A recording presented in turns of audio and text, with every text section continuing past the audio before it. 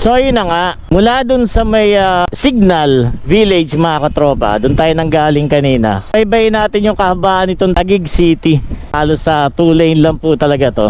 Plus marami kayo makikita rin dito na ayan e-bike, e-bike, e-bike, e-bike at e-bike. So marami po ditong pumapasada ng mga e-bike mga katropa. Marami pala talaga mga naka e-bike dito. Ayan ang dami nila ayan yung nasa likod ko, e-bike din yun. Kalye dito na medyo makipot na dati ang dumadaan lang ay yung mga ganyan, 4 wheels, motor, tricycle, minsan may mga truck.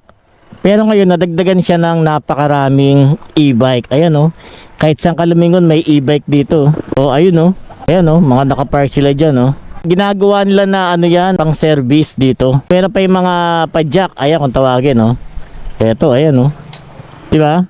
Yun nakakagulat si boss talagang umu-overtake. Ayan so yung mga kasabay natin plus yung mga nakakasalubong natin, karamihan talaga e-bike. Ayan dahil pala e-bike dito, school na yan so kumbaga nagiging service siguro nila yung mga e-bike dito. Kaya naman traffic dyan kasi nagpapatoy ng mga estudyante. Sticker si boss, ayan opo opo ako yung anak ko marami. opo, ayan shoutout po sa kanila. Sige po, traffic daw.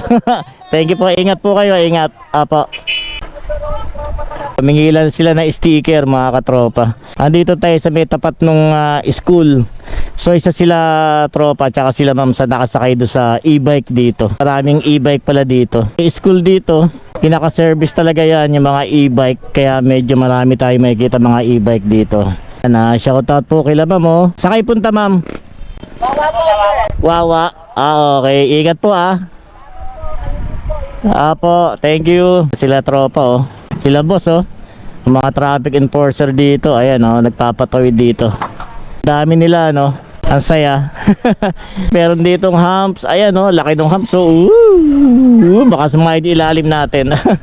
May mga minibus din pala dito na bumabiyahe. Medyo makipot yung kalye dito mga katropa. Ilang yung mga common na sakyan na makikita natin dito ng mga motor, kotse, jeep, tricycle. Nasamahan na siya ng mga e-bike. Marami na palang mga may e-bike talaga dito. Bagay kung talaga ng mga yun ang gamit nila, bakit naman hindi, di ba? Yun ang gusto lang gamitin kumpara sa motor. Pinaka-service talaga nila yan Okay lang naman yun. Siyempre kailangan maingat pa rin tayo sa pagmamaneho. Kahit ano man dala natin, e-bike man yan, motor man yan, kotse man yan, ingat pa rin tayo palagi. Dito nyo rin makikita sa kahabaan nitong kali ng Taguig ang The Fisher Valley College Incorporated. Ayan Founded 1987 dito sa may Taguig. Medyo maluwag ng konti banda rito. Yung kaninang pinanggalingan natin medyo mas makipo talaga dun Dito ayan yung dalawang sakyan, medyo may allowance pa sa tigkabila. Mga hatid na estudyante ayan Yung mga magagawi dito sa Taguig mga katropa, medyo busy talaga itong kahabaan na to ng Taguig. Eusebio C. Santos Elementary School. Elementary school naman pala to. Dito napun ako, maraming mga nagta-traffic dito, maraming mga enforcer. Sa isang lugar, hindi lang basta isa, dalawa, tatlo, minsan 4 o 5 sila. Kasi talagang kailangan dito ng matinding assistance dahil makipot yung kalye. Marami mga bata, ayan isa. Ayun si tropa doon, ito si kuya. At saka dito sa kabila, 3, ayun pa, 4. So 4, dito pa lang 4 talagang ginagay nila yung pagtawid ng mga bata. Ayun po Pwera pa yung nandito. Ayos Okay talagang ginagay nila yung pagtawid ng mga bata. Okay. So kumbaga safe naman talaga Galing Nandito tayo mga katropa sa bandang Wawa. Yata ito ayan Wawa Taguig. So pagka mga gantong oras patanghali, expect nyo na medyo matraffic na talaga. Maraming mga biyahe, ganyan. May mga tricycle sa mga gilid-gilid, may jeep, syempre may mga motor. Tapos kanina yung mga nakasabay natin na mga e-bike kasi medyo marami talaga e-bike dito.